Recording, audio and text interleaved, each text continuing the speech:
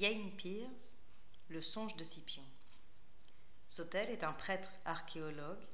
Il rencontre sur son chantier de fouilles un jeune garçon, Julien, qui a une dizaine d'années.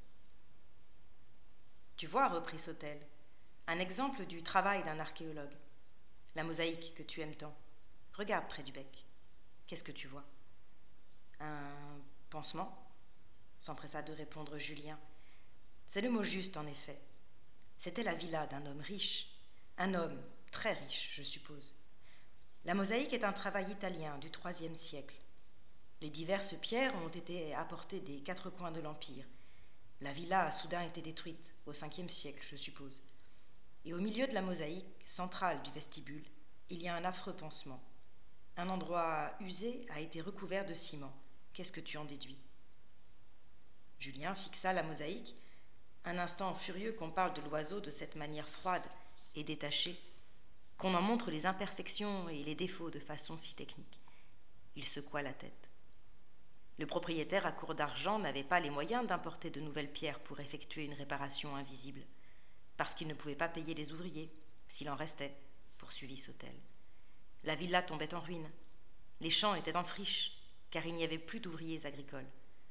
Les grands domaines se morcelaient. Le commerce s'effondrait, tout comme les villes. Dans ce petit pansement, tu aperçois le déclin de toute une civilisation, la plus grande que le monde ait jamais connue. J'ai vu que tu étais furieux quand je t'ai montré ce défaut dans la mosaïque. Moi aussi, ça me met en colère. Pourquoi donc, monsieur? Parce que la civilisation dépend d'un effort continu, d'un refus de baisser les bras. Il faut que les hommes de bonne volonté veillent sur elle, la protègent des ténèbres. Ces gens-là ont renoncé. Ils ont cessé d'en prendre soin. Et à cause d'eux, cette terre a sombré dans les ténèbres de la barbarie, qui ont duré plusieurs siècles. Il secoua la tête, puis jeta un coup d'œil à Julien et se rappela qu'il parlait avec une gravité extrême à un gamin de 10 ans. Un peu plus loin, dans le roman, voici un extrait d'un dialogue entre Manlius, un intellectuel romain de la fin de l'Empire, et Sophia, sa maîtresse, une philosophe néoplatonicienne. Je n'occupe plus aucun de ces postes depuis l'assassinat de mon père. Tu fais pis. Tu donnes des dîners fins, reçois tes amis, écris des poésies et des lettres qui deviennent chaque jour plus subtiles. Mais que se passera-t-il lorsqu'il ne restera plus personne pour lire ces lettres? Plus d'amis à inviter, plus de nourriture à mettre sur la table. Oui, que se passera-t-il alors? Les écoles de Marseille ont dès longtemps disparu. Plus de maîtres, plus d'élèves. Même celles de Bordeaux s'affaiblissent. Les enfants montrent-ils le moindre intérêt pour la philosophie, pour les lettres, pour la pensée? Leurs enfants seront-ils seulement capables de lire? Et tu penses que ça servira à quelque chose si je deviens membre de l'Église? Demanda-t-il sans vraiment chercher à dissimuler une certaine incrédulité amusée. Bien sûr que non, répliqua-t-elle avec dédain. Je pense que diriger l'Église servira à quelque chose.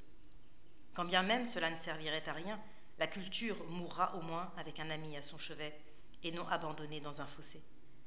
La vertu naît de la contemplation du divin et de la pratique de la philosophie, mais elle naît également de l'exercice d'une fonction officielle. L'un ne va pas sans l'autre. Le pouvoir sans la sagesse n'est que tyrannie. La sagesse sans le pouvoir est sans effet. Qui, par exemple, a des chances de devenir le nouvel évêque? Caius Valerius. Fera-t-il du bon travail? Non, c'est un fiefé idiot. Il n'ajouta pas qu'il était également le cousin de son ami Félix. Alors fais un meilleur travail, toi, se contenta-t-elle de répliquer. Empare-toi de ce pouvoir, et serre-t'en. Défends tout ce qui est cher à ton cœur.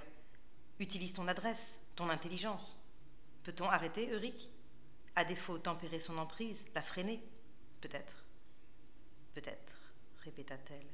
C'est une possibilité sans garantie de succès, mais énoncée sans hésitation. Je vois que tu as déjà réfléchi à la question.